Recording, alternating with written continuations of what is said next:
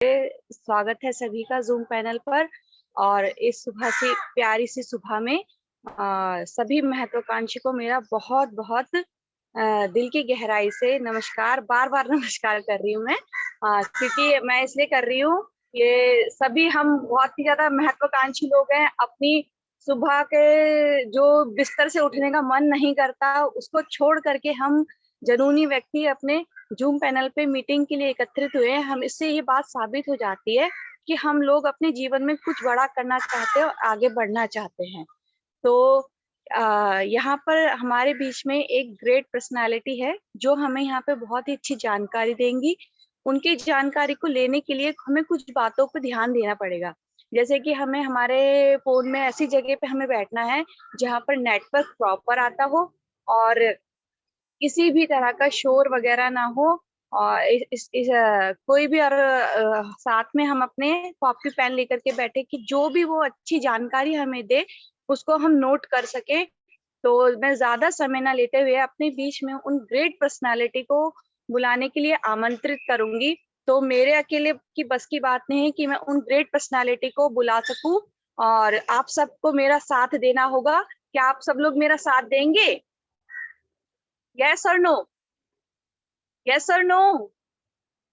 ठीक है, सभी मेरा साथ दीजिएगा और उनको बुलाने में मेरी हेल्प कीजिएगा।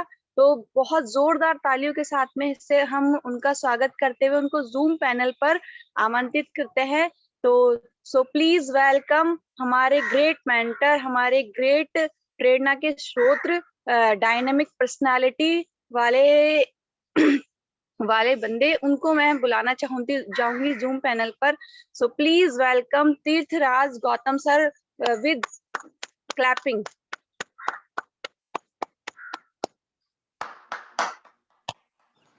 बहुत बहुत धन्यवाद निशा मैम जी, आपने इतनी दमदार तरीके से आपने मंच में बुलाया, इसके लिए बहुत बहुत धन्यवाद आपका।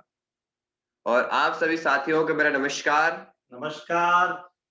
मैं तीर्थराज गौतम आप सभी का इस दिल की अनंत गहराइयों से सुबह की इस कोर ट्रेनिंग के सेशन में मैं आपका हार्दिक हार्दिक स्वागत करता हूं। साथियों, आज हमारा बहुत ही सौभाग्यशाली का दिन है, क्योंकि आज हमें महागुरु जी के माध्यम से आदेश प्राप्त हुआ है कि आज के सेशन देने के लिए आदेश गुरुजी ने दिया है। तो मैं प्रयास करूंगा कि आज बेस्ट से बेस्ट देने का। और उस सेशन में जाने से पहले मैं अपना परिचय देना चाहूंगा। साथियों, मेरा नाम तीर्थराज गौतम है और मैं देहरादून से बिलोंग करता हूं। और बात करें सिस्टम में आने से पहले, मैं वृंदावन में रह के श्रीमद् भागवत महापुराण की तैयारी कर रहा था, और मैं अभी श्रीमद् भागवत महापुराण की कथाएं भी करता हूँ लाइव। और उसके साथ-साथ यहाँ पे आने का मौका मिला, और काफ़ी कम समय में या काफ़ी समय से इस सिस्टम में हम हैं, और बात करें बहुत कुछ सिस्टम के माध्यम से सीखने को मिला है। उसी में से जो हमने सीखा है, मैं प्रयास करूँगा उसमें ज़्यादा से ज़्यादा आपको देने का, जिससे कि हमें कहीं न कहीं सिस्टम में जो हम चल पा रहे हैं, क्योंकि महागुरुजियों के दिशा निर्देशन से, महागुरुजियों के आशीर्वाद से ही हम यहाँ पहुँच पाए हैं। और जब हम पहुँच पाए हैं, तो आप सभी भी उस सिस्टम की दिशा निर्देश और गाइडलाइन वगैरह हमें मिलेगी, तो कहीं न कहीं हम सभी भी पहुँच सकते हैं। यस या नो? यस। तो बिल्कुल देरी ना करते हुए आप लोगों के बीच में, क्योंकि आज का सेशन है और आज का जो टॉपिक है बड़ा ही ज़बरदस्त है, और जो कि मेरी दृष्टि में देखा जाए तो सबसे बेस्ट मेरा है वो टॉपिक, क्योंकि ये मुझे बहुत अच्छा लगता है। और ज़्यादातर लोगों का असफलता का कारण भी ये टॉपिक होता है, क्योंकि हम फील्ड में जाते हैं, तो लोगों के बीच में हम बैठते हैं, तो लोगों के बीच में हर जगह हम जाते हैं, तो एक ही बात आती है सुनने में ज़्यादातर, कि हमने भी करी थी, हुआ नहीं। और इसमें होता नहीं है, हमने भी करके देख लिया, 6 महीने, साल भर हम दौड़े, भागे, अलग-अलग जगह हम गए। जैसे आज आप जा रहे हो इधर-उधर, वैसे हम भी कई बार गए। आप तो कम जा रहे हो, इससे ज़्यादा हम जाते थे। जितना आप में जोश है, उससे ज़्यादा जोश हम में हुआ करता था। जितनी आप ट्रेनिंग देते हो, इससे ज़्यादा ट्रेनिंग तो हम दिया करते थे। मुझे लगता है कि ऐसे शब्द आपको भी सुनने को मिलते होंगे, यस या नो? यस। बिल्कुल। तो ये सारी चीज़ें शब्द हमको सुनने को तो मिलते हैं, लेकिन अगर उसके पीछे देखा जाए कारण क्या है कि वो लोग सफल क्यों नहीं हो पाए? क्योंकि कंपनी तो एक ही है, क्योंकि कई सारे हमारे सेप शॉप के ही साथी मिल जाते हैं। कई सारे अलग-अलग कंपनियों के भी हैं, लेकिन कंपनियाँ अभी भी चल रही हैं, और उस कंपनी में करोड़ों, अरबों, खरबों और रिकॉर्ड बनाने वाले बहुत सारे लोग हैं। यदि कंपनियों में दोष होता तो एक को भी सफल नहीं होना चाहिए था। यस या नो? Yes. यदि कंपनियों में दोष होता, समस्या होती, तो एक को भी सफल नहीं होना चाहिए। हाँ, कुछ कंपनी ऐसी थी जो लेके चले गई, वहां तो कंपनियों का ही दोष है। लेकिन एवरेजन अगर हम फील्ड में जाके देखते हैं, 70 या 80% लोग ऐसे मिलते हैं जो कि कंपनी का दोष उसमें बिल्कुल भी नहीं है, 1% भी नहीं है, लेकिन वो लोग सक्सेस नहीं हो पाए। तो उसके पीछे अगर देखा जाए, वो कहते हैं कि मैंने साल भर, 2 साल भर, 3 साल भर किया, लेकिन हुआ कुछ नहीं। अरे सर, मेरे तो 200 की, 300 की, 400 की टीम थी, लेकिन ₹1 नहीं आया। कई सारे लोग अलग-अलग प्रकार से कहते रहते हैं, लेकिन साथियों यहाँ पर बात आती है, किसी भी चीज़ को पाने के लिए हमारे जीवन में सबसे महत्वपूर्ण चीज़ जो होती है, वो होती है धैर्य, पैशेंस। क्योंकि होता क्या है, आप लोगों ने साथ कई बार व्हाट्सएप में या इंस्टाग्राम में, फेसबुक में, यूट्यूब में छोटी-छोटी क्लिप देखी होंगी आप लोगों ने। 2 दोस्त खुदाई कर रहे होते हैं और खुदाई करते-करते उनका क्या है, वहाँ पे सोने का टुकड़ा निकलता है। जब उनके बीच में सोने का टुकड़ा निकलता है, तो एक व्यक्ति क्या करता है, उस सोने के टुकड़े को लेकर वो चला जाता है। लेकिन जैसे वो दूसरा व्यक्ति था, वो नहीं जाता, वो उसको वहीं छोड़ता है और आगे खुदाई कर रहा होता है। आगे खुदाई करता है तो फिर वहाँ पे प्रॉब्लम आती है, जब खुदाई करके दूसरी स्टेप में जाता है तो काँटा चुभता है उसे, मतलब प्रॉब्लम्स आती हैं। लेकिन फिर भी उस सोने पे ध्यान नहीं देता, फिर खुदाई करता है, करते-करते पूरा सोने का उसको बक्सा मिलता है। इसी प्रकार से हमारे यहाँ पर भी होता है, जब हम काम कर रहे होते हैं और जब बात आती है, कई बार ऐसा होता है कि खूब रिजल्ट आ रहे होते हैं, तो दुनिया हरी-भरी लग रही होती है। अरे! सब बढ़िया है, मस्त है, मैं सब कुछ कर दूँगा, बीएमडब्ल्यू, ऑडी, मर्सिडीज़, जगुआर, मेरा बंगला होगा सब। लेकिन जब कई बार क्या होता है कि हफ्ते, महीने, 2 महीने, 3 महीने चेक नहीं बनते तो, और कई-कई बार तो बनी हुई टीम भी चली जाती है, तो फिर क्या लगता है, अरे! कुछ नहीं होता, सब कहने की बात है, वो लोग सही कह रहे थे, होता नहीं है, मेरे साथ भी होने वाला नहीं है, ये ऐसी ही बात करते हैं लोग, ये कहने वाले कहते रहते हैं ऊपर, ऊपर मन से कहना आसान है, लेकिन जब हम फील्ड में उतरते हैं तो करना कठिन है। तो साथियों, वहीं पर बात आती है हर चीज़ के पीछे पैशेंस, क्योंकि हो सकता है कि अगर उस समय रिज़ल्ट निकल रहे थे, वो हमारे फेस वैल्यू से निकल रहे हों। क्योंकि फेस वैल्यू से रिजल्ट निकालना आसान है। लेकिन जब बात आती है फेस वैल्यू से सेकंड स्टेप में जाके काम जब करना पड़ता है, तब हमारे अंदर क्या होना चाहिए? नॉलेज होना चाहिए। हमें plan, follow up, opening, probing, supporting, closing सब आने चाहिए। ग्रुप मीटिंग, ट्रेनिंग एक एक एक चीज़ को व्यक्ति परखता है, क्योंकि जब हम गए तीसरे स्टेप में फेस वैल्यू की लिस्ट में गए हैं, क्योंकि फेस वैल्यू व्यक्ति जॉइन हो गया, लेकिन उसकी लिस्ट तो हमारी फेस वैल्यू नहीं है। तो वहां पर आवश्यकता पड़ती है सीखने समझने की, ट्रेनिंग की। लेकिन व्यक्ति उस पीरियड में क्या करता है, जहाँ पे धैर्य है, यहाँ पर उस पेनफुल एक्टिविटी होती है, तो वहां पर व्यक्ति धैर्य खो देता है। और कई बार हमारे मन में भी आता होगा, यस या नो? आता है कई बार कि अरे अब तो कुछ नहीं होने वाला, अब हम बैक हो जाते हैं। लेकिन साथियों, आप देख सकते हैं, अगर आप झील में खड़े हैं और मछली पकड़ना चाहते हैं, तो क्या करना पड़ता है? बिल्कुल धैर्य रखना पड़ता है। अगर आप धैर्य नहीं रखते हैं, तो क्या मछली हाथ में आने वाली? उस कांटे को आप हिलाते रहिए, तो मछली को पता चल जाएगा भैया कोई तो है गड़बड़ इसमें, दाल में कुछ काला है, या पूरी दाल ही काली है बोल के ऊपर देखने के लिए मछली भी आती है कि हाँ, देखा भैया भई पकड़ने के लिए जाल बिछा के बैठा हुआ है। तो फिर मछली क्या कर जाती है, वहाँ से भाग जाती है। लेकिन वहीं पर अगर आप देखेंगे, अगर वो बिल्कुल बिना हिलाए-डुलाए अगर उस जो मछली पकड़ने की जो डंडी है इसको पकड़ के रखे, तो मछली देखती है पक्का है खाने का चीज़ है, मैं खाती हूँ। तो खाने के लिए वो आती है और उस काँटे में फँस जाती है, और जब फँसती है तो फिर जो उसका कार्य था वो कार्य सफल हो जाता है। लेकिन अगर वो वहीं पर हिलाना-डुलाना करता रहे, इसी प्रकार से जब हम प्लान फ़ॉलो अप मीटिंग करते रहते हैं, प्लान देते रहते हैं, तो कुछ समय तो करते हैं, कुछ समय सही रहता है, बिल्कुल सीधा रखते हैं। तब तक थोड़ा हाथ हिलने लग जाता है। आप लोगों ने देखा होगा, हाथ उठा के रखेंगे ना, तो हाथ क्या हो जाता है? थक जाता है। तो मन करता है हाथ बदल लें। तो व्यक्ति जब हाथ बदलता है तो वो क्या करेगा? वो हिल जाएगा। हिलते ही मछली को पता चल जाएगा। इसी प्रकार जब हम प्लान फॉलो करने के लिए जाते हैं, कंटिन्यू हमने कुछ प्लान फॉलो किए और उसके बाद जब बात आती है किसकी? टिके रहने के लिए, धैर्यता के लिए, अपने पैशंस की बात आती है, तो उस समय हम हाथ हिला देते हैं, हाथ बदलने के चक्कर में आ जाते हैं और जब हम हाथ बदलने के चक्कर में आते हैं, तो फिर वो मछली वहां से चली जाती है। अर्थात जो हमारा प्रोस्पेक्ट है, उसको लगता है कि भैया जब ये ही नहीं टिक पाया, क्योंकि कई जगह क्या होता है, जब हम प्लान फॉलो करते हैं और क्योंकि कई सारे लोग 2 प्रकार के लोग मिलेंगे हमें। एक तो वो मिलेंगे जो पहले से कई सारी कंपनियाँ कर चुके हैं। पहले कौन व्यक्ति मिलेंगे?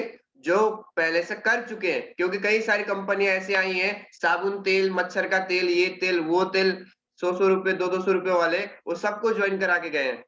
एवरेज है, आप कई सारी कंपनियों के नाम सुनते होंगे फील्ड में, या तो कोई इन्वेस्टमेंट वाली कंपनियां, मतलब कुछ ना कुछ तो लोगों ने ज्यादातर किया है, जो कि अभी से जो जनरेशन हमारे जैसे अगर देखा जाए, कम से कम 35 साल वाले जो भी व्यक्ति हैं, 35 साल से ऊपर के जो भी व्यक्ति हैं, 30-35 साल से ऊपर के एवरेजन सब ने कुछ ना कुछ, आपको कोई ना कोई करा हुआ व्यक्ति ही मिलेगा। फ्रेश व्यक्ति मुश्किल ही कोई मिलेगा, यस या नो? और दूसरे मिलते हैं फ्रेश व्यक्ति जो कि अभी स्टूडेंट टाइप के हैं। उन्होंने कभी कोई कंपनी करी नहीं होती है और कंपनी का नाम भी उन्होंने नहीं सुना होता है। इस प्रकार के लोग मिलते हैं।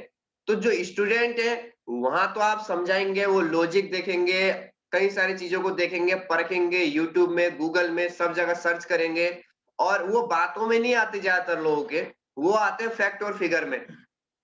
कि सिस्टम क्या कह रहा है, जो इन्होंने कहा वो क्या है और कंपनी क्या कह रही है, यूट्यूब में क्या है, गूगल में क्या है और फैक्ट क्या कहता है, उन चीजों को देख के वो एनालाइज करता है। लेकिन जिन्होंने पहले कोई ना कोई कंपनी करी है, वो क्या करते हैं, भैया जैसे हम कहते हैं वैसे और भी कहते होंगे, भैया आओ हम मिलके करेंगे, जो चीज हम बोलते हैं वो सभी बोलते हैं, क्योंकि सिखाया यही जाता है। लेकिन बात आती है जीवन में अपनाने की, वो देखते हैं कि भैया ये बोल तो रहा है अच्छी बात, कंपनी का प्लान भी अच्छा है, क्योंकि हमारी कंपनी का प्लान सबसे बेस्ट है और हमें बहुत लंबा चौड़ा होता है, बहुत बहुत ही कई सारे लोग ऐसे हैं जुड़ने के 6 महीने हो गए, लेकिन आज तक उनको प्लान ही नहीं पता कि है क्या और पैसा कितना आएगा। लेकिन हमारा सीधा-सीधा फंडा है, सबसे आसान प्लान है, कोई झोल नहीं है, कोई कुछ नहीं है, सबसे बढ़िया है। तो व्यक्ति को प्लान तो अच्छा लगता है, लेकिन वो ये चेक करना चाहता है कि जो मेरे पास प्लान लेके आया है, ये कितने दिन करने वाला है। क्योंकि पता है कि जब तक अपलाइन साथ में नहीं होगा और लंबे दूरी तक, क्योंकि मुझे सिस्टम समझने में वक़्त लगेगा, लेकिन शुरुआत में काम तो मुझे इन्हीं के साथ करना है। तो इसका विज़न कितना है? क्योंकि जो नेट मार्केटिंग कंपनी किया हुआ है उसको पता है कि पहले कंपनी फिर सिस्टम फिर अपलाइन, ये तीनों दमदार होने चाहिए। कंपनी को उसने देख लिया दमदार है रिसर्च करके, बात आती सिस्टम, वो देखेगा, सुनेगा तब पता चलेगा और तीसरा आता है अपलाइन।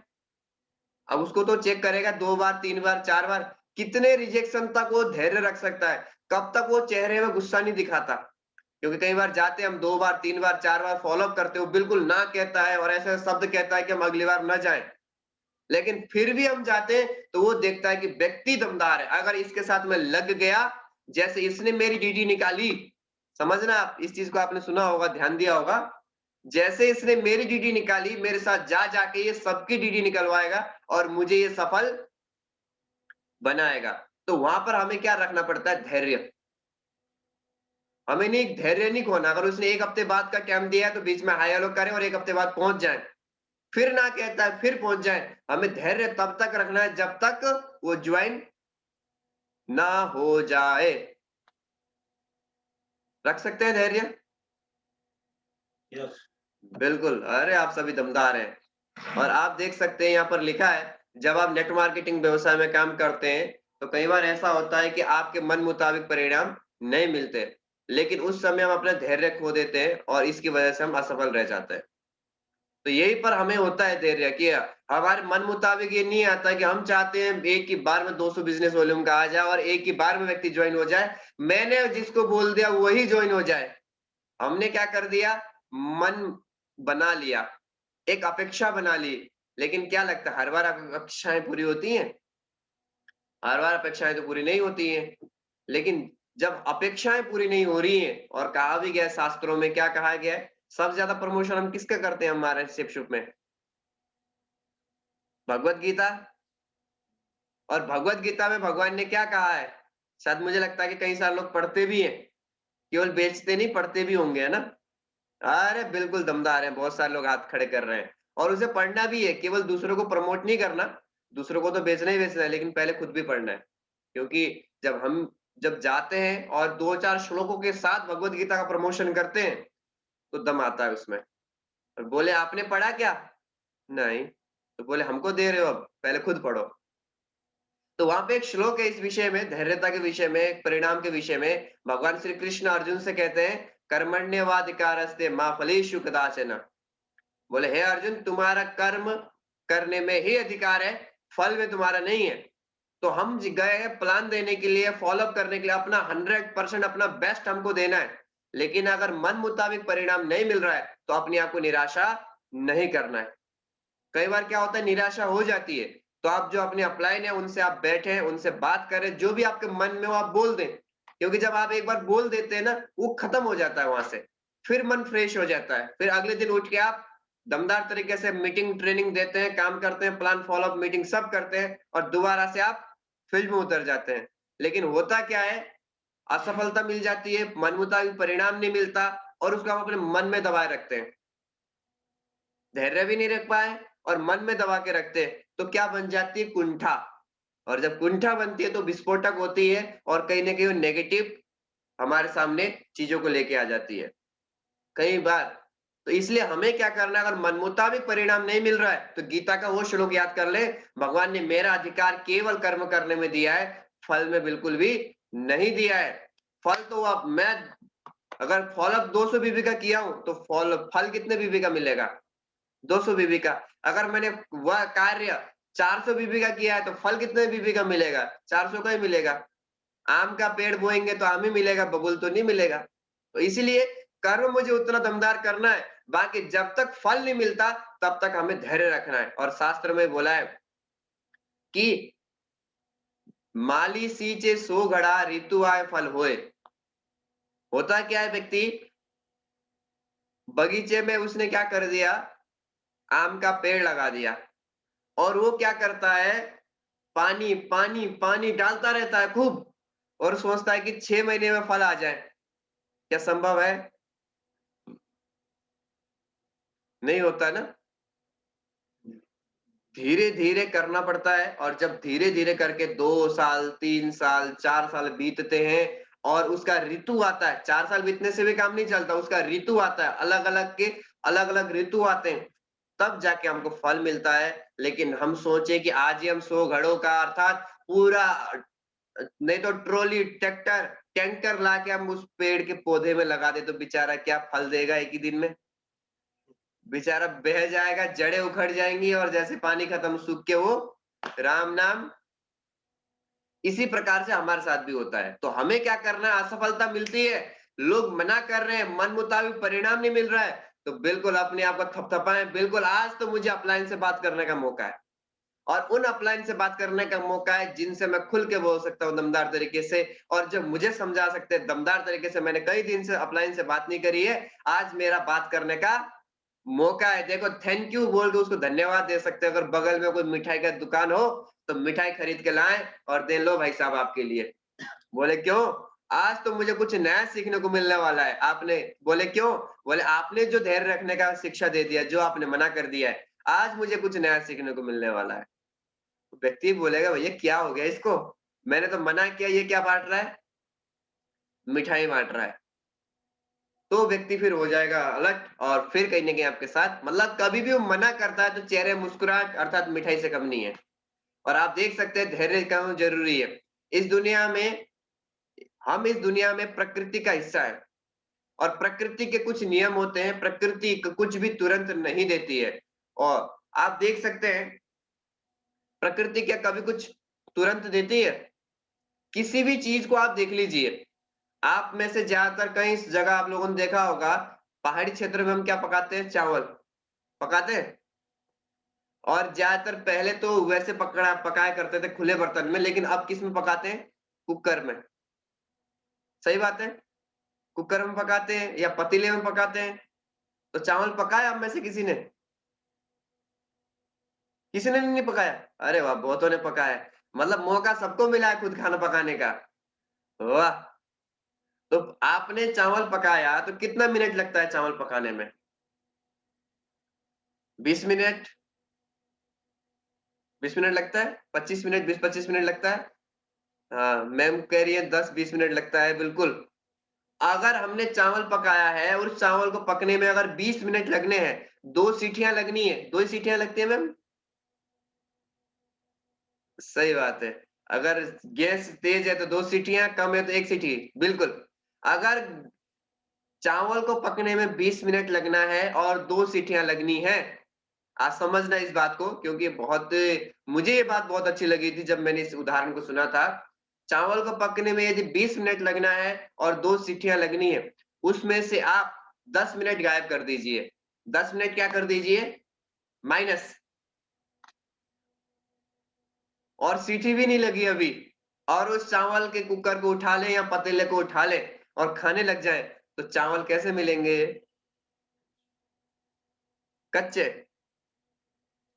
बिल्कुल। अगर आपको चावल कच्चे क्यों मिले? भाई आग में तो आपने उसे रखा है, पानी भी उसमें रखा है, पतीला भी वहीं पर था, लेकिन चावल कच्चे क्यों रह गए? यहाँ पर आप देख सकते हैं प्रकृति के कुछ नियम होते हैं, तुरंत परिणाम नहीं मिलता। नियम है, क्या नियम है? अगर 20 मिनट लगना है तो 20 ही मिनट लगेगा। आप 10 मिनट आप देखिए, कोई भी काम संभव हो, उस काम में से समय माइनस कर लीजिए। उस काम में से समय माइनस कर लीजिए, तो संभव काम क्या हो जाएगा? असंभव। सही बात है? संभव काम क्या हो जाएगा? असंभव हो जाएगा। अगर किसी भी काम में से समय माइनस कर लीजिए। अब वही चावल बनने का जो प्रोसेस था या मान लीजिए उस व्यक्ति के जॉइनिंग निकलने का प्रोसेस था और उसमें से हमने समय माइनस कर दिया। हो सकता है वो व्यक्ति 4 फॉलोअप से आने वाला था, हमने 2 ही फॉलोअप कर दिया। तो हमने समय क्या कर दिया? माइनस कर दिया। तो अब मुझे बताइए परिणाम क्या मिलने वाला है? पॉजिटिव या नेगेटिव? चावल मिलने वाले हैं कच्चे।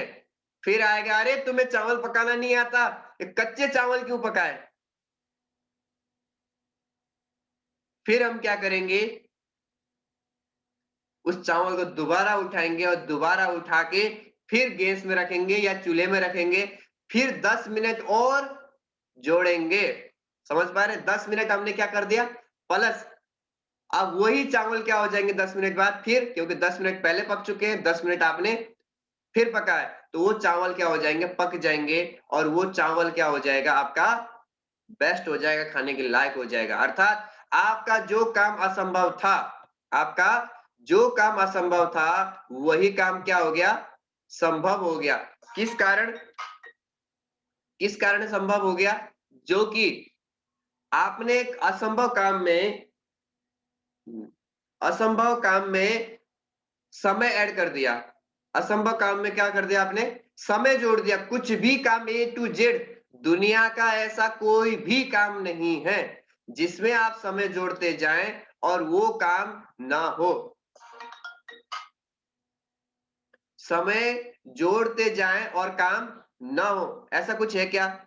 अगर हम पीएचडी लिख रहे हैं और समय जोड़ते जाएँ, तो क्या लगता है पूरा हो जाएगा, नहीं हो जाएगा? हम पढ़ाई कर रहे हैं और हमको ग्रेजुएशन करना है और समय जोड़ते जाएँ। हम इंजीनियरिंग कर रहे हैं, समय जोड़ते जाएँ। हमें डायमंड बनना है, तो क्या करते जाएँ? समय को जोड़ते जाएँ। 2 साल में कुछ नहीं हुआ, चलो 1 साल और जोड़ते हैं। 3 साल हो गए, थोड़ा-थोड़ा कुछ हुआ, चलो 1 साल और जोड़ते हैं। 1 साल और, 1 साल और। तो अब मुझे बताइए डायमंड बनेंगे, नहीं बनेंगे? फ़ॉलो-अप करने के लिए हम गए, 2 फ़ॉलो-अप में नहीं मिला, एक बार और समय प्लस करेंगे। तो जितनी भी असंभव चीज़ें हैं, उन असंभव चीज़ों में आप समय प्लस कर लीजिए, संभव हो जाएँगे। ये प्रकृति का नियम है। अगर किसी भी संभव काम में से आप समय माइनस करते हैं, आप लिखना चाहें तो लिख भी सकते हैं कोटेशन। किसी भी काम में समय माइनस करते हैं, तो वो असंभव हो जाता है और किसी भी असंभव काम में आप समय प्लस कर देते हैं, तो वो काम संभव हो जाता है। निर्भर करता है हमारे ऊपर कि हम समय कितना प्लस करते हैं। ये नहीं कि इतना ज़्यादा समय प्लस कर दिया कि 20 मिनट की जगह 1 घंटे चावल को रख दिया, वो पकेंगे नहीं, जलेंगे फिर। इसका मतलब धैर्य हमें उतना ही रखना है समय को देखकर, और उसके बाद तुरंत परिणाम नहीं मिलता और हम जो बोते हैं वही हम काटते हैं, क्योंकि जैसा हमने फल बोया है, बीज बोया है, वैसा ही हमको परिणाम मिलता है। और लेकिन हम समय पर ही काटते हैं। अगर हमने सोचा कि समय से पहले करें, तो फिर वो नहीं होगा, समय पर ही हमें करना पड़ेगा। आप देख सकते हैं, जब हम बीज बोते हैं, तो वो वृक्ष में बनने के लिए क्या लेता है? समय लेता है। आप देख सकते हैं यहाँ पे छोटा-सा बीज है, जब हम बोते हैं, तो क्या लेता है ये? वक़्त लेता है, नहीं लेता? वक़्त लेता है, पानी लेता है, खाद लेता है, सब कुछ लेता है और अपने आप को क्या करता है? समाप्त करता है। बीज अपने आप को क्या करता है? समाप्त करता है और मिट्टी में मिल जाता है, फिर तब जाके एक नया जीवन उत्पन्न होता है। अर्थात हम अपने आप में और अपने फील्ड में हर व्यक्ति सक्सेस है। एवरेज एंड हर व्यक्ति अपने-अपने फील्ड में सफल है कि नहीं है? हो सकता है कोई पढ़ने में बेस्ट हो, तो अपनी पढ़ाई के एजुकेशन में बेस्ट है वो। कोई जॉब कर रहे हो अच्छा, वहाँ पे उनकी अच्छी रिस्पेक्ट हो, सब कुछ बढ़िया हो। कुछ ना कुछ हम कर ही रहे हैं और अपने-अपने फील्ड में हम सक्सेस हैं। कोई हम डॉक्टर हैं, कोई इंजीनियर है, कोई एडवोकेट है, कोई भागवत व्यास है, कोई अलग-अलग क्षेत्र से है। लेकिन अगर अब हमें नया परिणाम चाहिए, तो हमें अपने आप को क्या करना पड़ेगा? मिट्टी में मिलाना पड़ता है। अर्थात अपनी जो ईगो है, अपना जो मैं सक्सेस हूँ पहले से, उस चीज़ को हम क्या कर देते हैं? साइड में रखते हैं और उसके बाद हम मिट्टी में अर्थात इसके मय हो जाते हैं, सेव शोप मय हो जाते हैं और जानकारी देने के लिए हम जाते हैं, तो फिर नया अवतार होता है डायमंड के रूप में। अगर हमें डायमंड बनना है, तो अपना जो ईगो है पहले का, जो हमने सफलता पाई है, उस सफलता को झोले में पैक करके खूंटी में टाँगना है और हम अलग हो जाएँ और इस प्रकार से कार्य करते रहें, पैशेंस रखें और एक वृक्ष, विशाल वृक्ष तब हम बन पाएँगे, जब हम प्रतीक्षा करेंगे। कार्य करते हुए हम क्या करते हैं? प्रतीक्षा करते हैं। अब यहाँ पर देखिए, धैर्य का मतलब क्या है? आराम करना नहीं है। साहब हमने तो धैर्य रखा है और बिल्कुल सर मैंने तो आईडी लगाई है, मैं जॉइन हूँ। अब आपने बोला है ना 4 से लेकर 5 साल में डायमंड बन जाएँगे, ठीक है तो मैं 5 साल में आईडी खोल के देखूँगा। मैं 5 साल में आईडी खोल के देखूँगा, तो मुझे बताइए डायमंड बनेगा कोई? डायमंड तो नहीं बनेंगे। डायमंड बनने के लिए क्या लिखा गया है देख सकते हैं, कार्य करते हुए परिणाम न मिले तो धैर्य रखना है। धैर्य का मतलब कार्य करते हुए प्लान कंटिन्यू करना है, फॉलोअप कंटिन्यू करना है। सुबह हमारी जूम मीटिंग होती है, इसमें कंटिन्यू लाना है। क्योंकि होता क्या है कि हम लोगों को ज्वाइन तो करवा लेते हैं, लेकिन ज्वाइन कराने के बाद हम करते हैं दया। सबसे पहले तो हम ही लेट उठते हैं, अपने ऊपर दया करते हैं। और लेट उठते हैं तो खुद के ऊपर दया करते हैं, तो जब लेट उठेंगे तो मीटिंग में आने की खुद की देरी है और खुद की जब देरी होगी तो हम टीम को कॉल करके फिर नहीं बुला सकते। अगर हमने टीम को कॉल करके नहीं बुलाया तो वो सिस्टम में नहीं आते। अगर वो सिस्टम में नहीं आए तो उनको लगता है केवल हम 2 यही लोग बिज़नेस में, एक प्लान देने वाला, एक जॉइन होने वाला। उसको क्या लगता है केवल हम 2 ही है बस। और गलती से कभी किसी अपलाइन से बात करा दिया तो बस इस 3 ही हम इस दुनिया में बिज़नेस करने वाले। और उसका जो एक्साइटमेंट है और उसको जो लगता है, वो कितना लगेगा? इतना सा बिज़नेस लगेगा। कुएँ के मेंढक की तरह, जब कुआँ जितना छोटा होता है। लेकिन अगर आप ज़ूम मीटिंग में लेके आते हैं, अभी 7 तारीख को हमारी मीटिंग होने वाली है आगरा में, वहाँ पर आप लेके आते हैं और 18 अप्रैल को हमारे महागुरु जी डिगेंद्र सर का डायमंड सेलिब्रेशन होने वाला है, हज़ारों लोगों के बीच में, वहाँ लेके आएँगे तो कैसा लगेगा? और जब कंपनी 60-60 हज़ार लोगों का इंदिरा गांधी स्टेडियम में जब फंक्शन कराती है और वहाँ पे लेके जाएँगे तो फिर पता चलता है कि कितना बड़ा समुद्र है और कितना बड़ा काम हो रहा है पूरे भारत में। नहीं तो हम कर रहे हैं कार्य और धैर्य का मतलब आराम से बैठ गए और ना तो हमने टीम को कभी मीटिंग में बुलाया, ना उसको कभी अपलाइनों से बात कराया और ना ही हमने कुछ कार्य किया। केवल हम अकेले ही करते रहे तो सफलता नहीं मिलेगी। धैर्य का मतलब कार्य करते हुए परिणाम ना मिले तो धैर्य हमको रखना है। लेकिन कंटिन्यू सुबह उठ के अपने टीम को कॉल हमें ज़रूर करना है। तभी जाकर यहाँ पर अभी जैसे हम बैठे हैं 121 तो इसमें आइडिया दिखा रहे हैं। लेकिन जैसे हमारे लकी सर हैं वो 3 लोग बैठे हुए हैं। यहाँ पर सर दिख रहे हैं, राजवती नाम लिखा है सर ने आईडी पर। वहाँ पर भी सर 3 बैठे हैं, कहीं 4 बैठे हैं, कहीं 2 बैठे हैं, कहीं अलग-अलग बैठे हैं। तो कम से कम 2 250 लोग के समथिंग हम यहाँ बैठे हुए हैं। तो जब हम 200-250 के बीच में आते हैं तो लगता है कि हाँ, कुछ है, कुछ बड़ा है। और जब हम और बड़े मीटिंग में आते हैं तो लगता है, लेकिन रोज हमें आना चाहिए। तो आने के लिए हमें टीम को कॉल करना चाहिए और टीम को कॉल करके इस जो हमारे महागुरु सत्यवीर सर ने जूम पैनल लिया 500 लोगों का, हाउस फुल हो जाए, तो सोचिए कितना जबरदस्त काम चलेगा। लेकिन उसके लिए हमें कार्य तो करना ही पड़ेगा। हम सोचे हमने ज्वाइनिंग लगा लिया और अब तो बस सब कुछ होता ही रहेगा, ऐसा होने वाला नहीं है। और आप देख सकते हैं, यहाँ पर लिखा है, अगर आज हम कमाई से ज्यादा मेहनत करते हैं, अगर आज हम कमाई से ज्यादा मेहनत करते हैं, जल्द ही आप मेहनत से ज्यादा कमाई करने लगेंगे। समझ पा रहे हैं? आज अगर हम कमाई से ज्यादा मेहनत करते हैं, तो आने वाले भविष्य में मेहनत से ज्यादा कमाई करेंगे। आप देख सकते हैं, जब हम बच्चे थे, छोटे थे, तो माताएं क्या कहती थी? माताजी, पिताजी, घर वाले, बेटा अभी पढ़ लो, लिख लो, अभी मौज मस्ती मत करो। अगर अभी पढ़ लिख लोगे और सफल इंसान बनोगे, तो जिंदगी भर मौज मस्ती कर सकते हो। लेकिन अगर अभी मौज मस्ती करी, तो भविष्य में वो दिखाते थे सामने, हल जोत रहा होता था कोई व्यक्ति, तो दिखाते, देख रहे हो ना? और कई बार घर बनता है तो फिर वो मजदूरी करते हैं, तो देख रहे हो ना? और पत्थर फोड़ते हुए देखते, बोले देख रहे हो ना? अगर पढ़ोगे लिखोगे कि नहीं, तो ये काम करना पड़ेगा और ये काम भी मिले ना मिले इसकी अब तो वो भी निश्चित नहीं है। पहले गांव में जमीन हुआ करती थी, अगर कोई व्यक्ति पढ़ा लिखा ना हो, अपने समय पढ़ाई लिखाई नहीं करी, उसने आलस्य किया, घूमने फिरने में टाइम बर्बाद किया, माँ बाप ने तो भेजा पढ़ने के लिए, उसने जानबूझ के पढ़ाई नहीं किया, तो कम से कम पहले वो काम तो मिलता था। अब तो वो भी जमीन अब घर में नहीं है, अब तो वो काम भी नहीं मिलते। आप देखिए, जाकर रोड में कहां पर जब मजदूर वहां पे आते हैं ना, लेबर, उसके लिए आप देखिए कितने लोग खड़े होते हैं, बोले मुझे ले जाओ, मुझे ले जाओ, मुझे ले जाओ। कुछ को तो लेके जाते हैं, लेकिन सबको तो नहीं लेके जाते, क्योंकि आधे से काम अब मशीनों से हो रहा है। आप देख सकते हैं, लेंटर डलता है तो पहले अगर 100 मजदूर चाहिए होते थे, अब 10 ही मजदूर चाहिए। 5 नीचे से उस मशीन में मसाला डालने वाले, 5 ऊपर मिलाने वाले, बस लेके जाने वाला जो है वो मशीन है अब। तो कितने लोगों की नौकरियां गई? सीधा-सीधा 90 लोगों की नौकरियां गई, नहीं गई? चाहे कुछ भी काम हो, तो अब तो वो काम मिलना भी मुश्किल है। तो इसीलिए बेटा पढ़ लो, लिख लो, ताकि भविष्य में बड़े आदमी बनो, कुछ नया इन्वेंशन करो, ताकि तुम्हें भटकना ना पड़े। इसी प्रकार से यहाँ सिस्टम में क्या लिखा है, आप कई सारे ऐसे उदाहरण हैं जिन्होंने पहले खूब मेहनत करी, लेकिन आज परिणाम आप देख सकते हैं।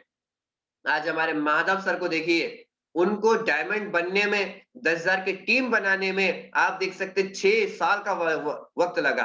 कितने साल का वक्त लगा? 6 साल का वक्त लगा। लेकिन आज आप देखिए, और आने वाले जो देख आप 6 साल, लेकिन अगले 6 साल में उनकी टीम कितने की हो गई? 10 लाख से ज्यादा। और आज कितनी है? उनके टीम में आज 2-2 क्राउन एम्बेसडर हैं। आप सोचिए, आज खुद क्राउन एम्बेसडर नहीं है, आज उनकी टीम में 2-2 क्राउन एम्बेसडर हैं।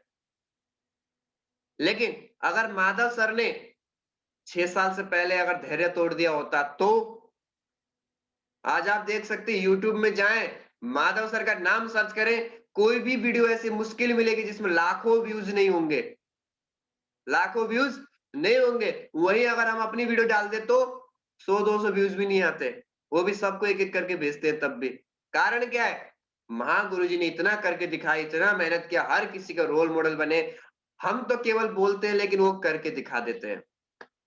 और महागुरु जी ने, आज आप देख सकते हैं, एक एक उनके जो डायलॉग है, वो हर किसी के मुंह जवानी है। एक डायलॉग मैं आपको बोल के दिखाता हूं, आप लोगों को, मुझे पता है सबको याद होगा। माधव सर क्या कहते हैं? जब तक मुझे भरोसा नहीं, तो मैं किसी को जोड़ूंगा नहीं, लेकिन जिस दिन माधव को भरोसा हो जाए, कहते हैं महागुरु जी, जिस दिन मुझे भरोसा हो जाए, तो मैं किसी को, बिल्कुल सही कह रहे हैं, छोड़ूंगा नहीं। तो माधव महागुरु जी के एक एक डायलॉग दम इतना है कि हर किसी के मुंह जवानी है, और हर जगह हम फॉलोअप में कहते हैं, और हम उस पे परिणाम निकाल के दिखा रहे हैं। तो बिल्कुल हमें भी ऐसे क्या करना है, जैसे महागुरु जी, माधव सर ने अपने आप में पैसेंस रखा, धैर्य रखा, और धैर्य रख के गुरु जी ने क्या किया? काम किया। तो वैसे ही क्या करूंगा मैं? मैं भी एक एक व्यक्ति को ज्वाइन कराऊंगा, छोड़ूंगा किसी को भी नहीं। एक एक व्यक्ति को मैं ज्वाइन कराऊंगा, लेकिन उसके लिए हमें क्या करना पड़ेगा? धैर्य रखना पड़ेगा। हो सकता है हमको प्लान देना नहीं आता, अगर कोई ज्वाइनिंग नहीं आ रही है, हो सकता है हमारे प्लान में कमी हो सकता है हमारे फॉलोअप में कमी हो सकता है हमारे रिलेशन बिल्डिंग में कमी हो। बोलते तो हम अच्छा हो, लेकिन रिलेशन बिल्ड नहीं कर पाते हो। कई सारी चीजों में हमारी कमियां हो सकती हैं, और साथियों, छोटी-छोटी कमियां ही बहुत बड़ा परिणाम निकाल के लेके आती है। बहुत बड़ा परिणाम निकाल के लेके आती है। और जब हम देखते हैं कि छोटे-छोटे जो चीजें हैं, उन चीजों में अगर हम सुधार करते हैं, तो फिर आज भले 100 लोगों की टीम बनने में वक़्त लगे, लेकिन भविष्य में वही 100 लोगों की टीम 1000 का होगा, और वही 1000 की टीम 1 लाख में परिणत होगी, 1 लाख की टीम 10 लाख में, और 10 लाख की टीम 1 करोड़ में परिणत हो सकती है। लेकिन उसके लिए हमें क्या करना पड़ेगा? श्री माधव महागुरु जी की तरह हमको भी धैर्य रखना पड़ेगा। रख सकते हैं? बिल्कुल। और इसी विषय में देखिए एक उदाहरण भी लिखा हुआ है, कहानी मार्शमैलो टेस्ट धैर्य के विषय में रखा गया था, और आप देख सकते हैं 1960 में वाटर मिशेल ने एक कक्षा में 100 बच्चों के ऊपर एक टेस्ट किया। उन्होंने 100 बच्चों को एक जगह बुलाकर उन्हें एक मार्शमैलो दिया, और उनको कहा कि आपको ये मार्शमैलो अगले 15 मिनट तक नहीं खाना है। अगर आप ऐसा करोगे तो आपको टॉफी या कुछ अन्य खाने-पीने की चीजें मिलेंगी। 15 मिनट के दौरान उनमें से 7 बच्चों ने तुरंत मार्शमैलो को खा लिया। कितने बच्चों ने खा लिया? 7 बच्चों ने तुरंत खा लिया 15 मिनट में। और 82 बच्चों ने मार्शमैलो खाया नहीं, लेकिन उसके बारे में बात करते रहे कि तुम्हारा मार्शमैलो कितना सफेद है या कितना बड़ा है। लेकिन इनमें से 11 बच्चे ऐसे थे जिन्होंने वाटर मिशेल की बात सुनी और मार्शमैलो को एक साइड में रख दिया और काम में लग गए। फिर जिन 7 बच्चों ने अपना मार्शमैलो खा लिया था, उन्हें कोई इनाम नहीं मिला, और बाकी के बच्चों को कैंडी और चॉकलेट दे दी गई। बाद में 30 साल बाद इन्हीं बच्चों को फिर से देखा गया कि अब वो बच्चे क्या कर रहे हैं। तो पता चला जिन 7 बच्चों ने तुरंत मार्शमैलो खा लिया था, वे या तो चोरी कर रहे हैं या भीख मांग रहे हैं, और अर्थात 11 बच्चों ने जिन 11 बच्चों ने मार्शमैलो नहीं खाया था, वे सफल हुए और सुखी हैं। समझ पा रहे हैं इस कहानी को? कि जब हम मार्शमैलो के ऊपर रिसर्च किया गया और दिया गया खाने के लिए, और कहा कि अब भी नहीं खाना, बस 15 मिनट रख लो, वेट, और फिर खा लेना। लेकिन 7 बच्चों ने क्या नहीं किया? वेट ही नहीं किया, हाथों हाथ खा लिया। अर्थात धैर्यता नहीं। आप देख सकते हैं कई सारे लोगों को देखना कि थोड़ी-थोड़ी बातों में गुस्सा आ जाता है। देखा आप लोगों ने? कई बार हम फॉलो अप करने के लिए जाते हैं, डीडी नहीं निकलती, 3-4 बार कर दिया। फिर कहते हैं भैया तू ज्वाइन हो रहा नहीं हो रहा ये बता। होना है तो बता, नहीं हो रहा है तो मत बता। मेरा टाइम क्यों खराब कर रहा है? समझ पा रहे हैं यस या नो? होता है ऐसा? कई सारे लोगों को आपने देखा होगा, अब वो व्यक्ति धैर्य की परीक्षा ले रहा था, क्योंकि जिस व्यक्ति को हम जानकारी देने जा रहे हैं, वो कहीं न कहीं हमारा जानकार ही है। फिर ज्यादातर प्रयास हम पहले किसमें करते हैं? अपने हॉट लिस्ट में प्लान देने का, अर्थात जो हमारे जानने वाले लोग हैं उनको ही प्लान देते हैं, फिर बाद में कोल्ड लिस्ट में जाते हैं, जो थोड़ा परिचित है या फिर थ्री-फिट है, वो बाद में आते हैं, लेकिन पहले हम प्लान उन लोगों को देते हैं जो हमें जानते हैं। और उनको पता है कि मेरा स्वभाव कैसा है?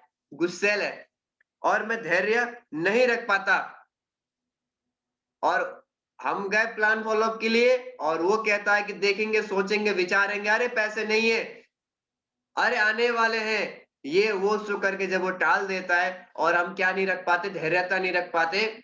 और भगवत गीता में एक चीज लिखी है, बताऊं मैं आपको? पढ़ी है? ये लॉकडाउन ने बड़ा अच्छा किया, हमको एक बार और पढ़ने का मौका दिया था इसने, पूरी टीम के साथ बैठ के। तो इसमें एक चीज और लिखी है बहुत अच्छी, स्वभाव वस्तु प्रवर्तते। स्वभाव वस्तु प्रवर्तते। जो व्यक्ति का मूल स्वभाव है, वो तो निकल के आएगा ही आएगा। जैसे कोई हमारे घर में मेहमान आता है, ठीक है?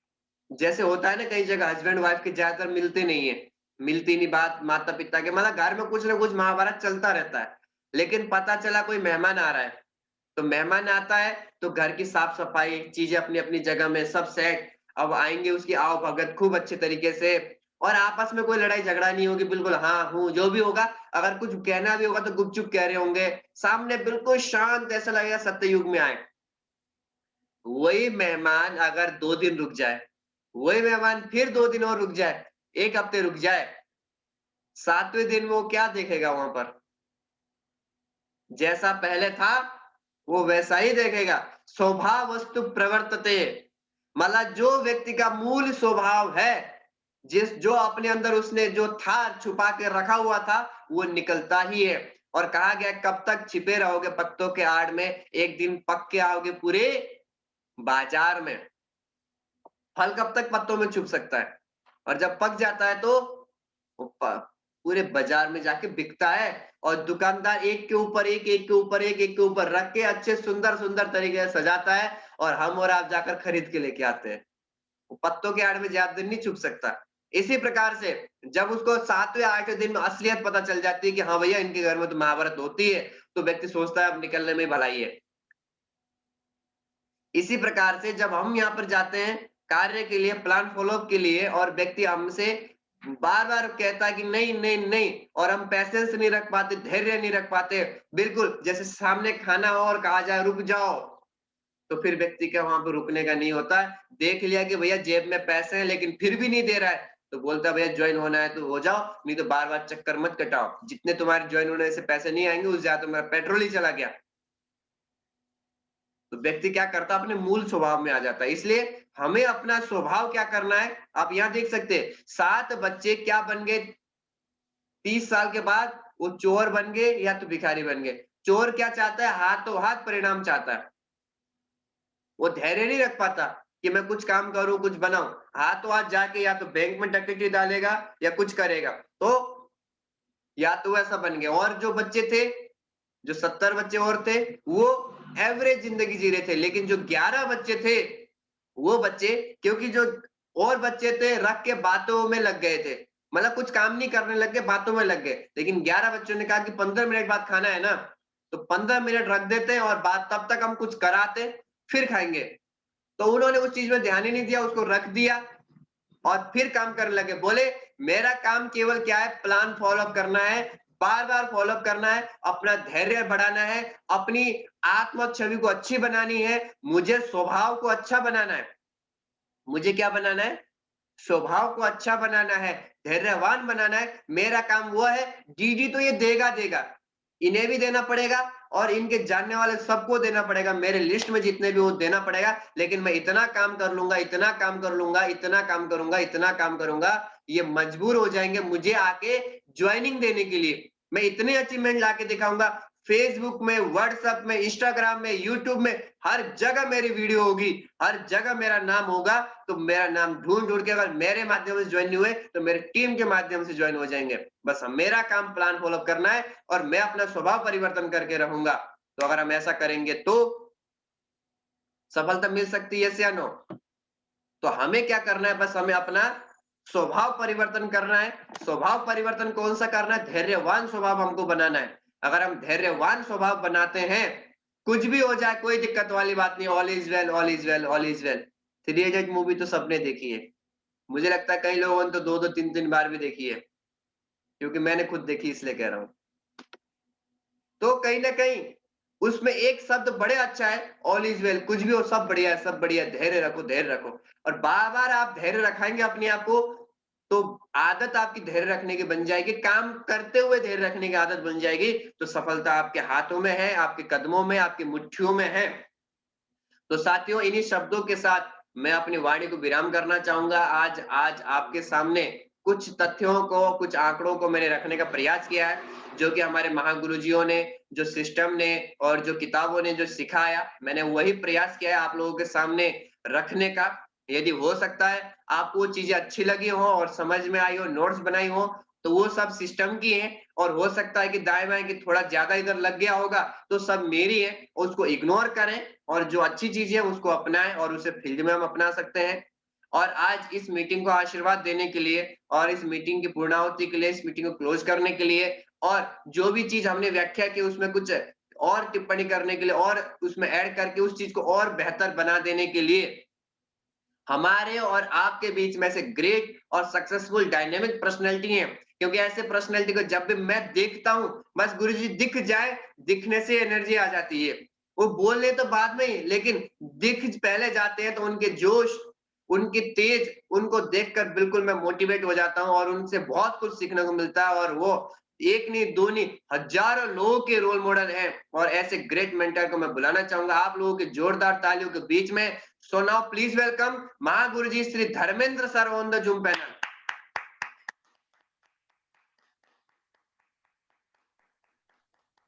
थैंक यू सर, बहुत बहुत धन्यवाद। स्वागत है गुरुजी सभी आपका। साथियों को नमस्कार। नमस्कार गुरुजी।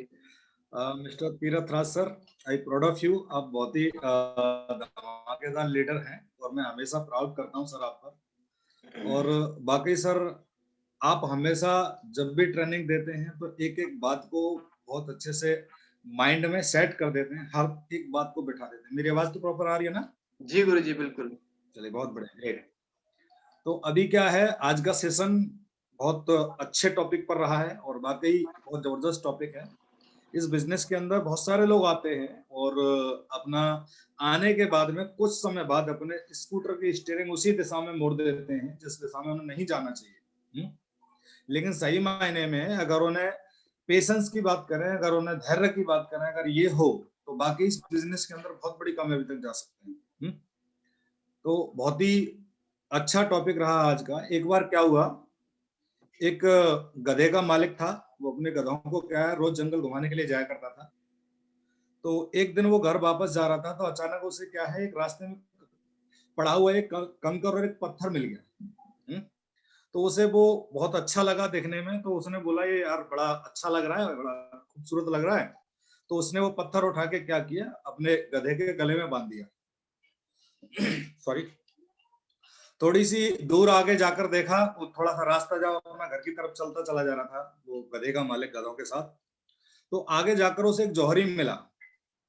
लेकिन जौहरी ने अपना पर्चा नहीं दिया और उसने देखा कि ये गधे के गले में इसने कीमती एक हीरा बांध रखा है, जो 20 कीमती हीरा है, और ये बेवकूफ इस तरह से इसे लटका के ले जा रहा है, ये पागल है। तो उसने सोचा कि इसे शायद पता नहीं है, तो क्यों न इससे ये हीरा ले ही लिया जाए। तो उसने बोला, व्यक्ति गधे के मालिक से बोला, उस जौहरी ने बोला, भाई साहब एक बात बताइए, ये जो कंकड़ आपके गधे के गले में जो बंधा हुआ है ये पत्थर, क्या इसे बेचना चाहते हैं आप?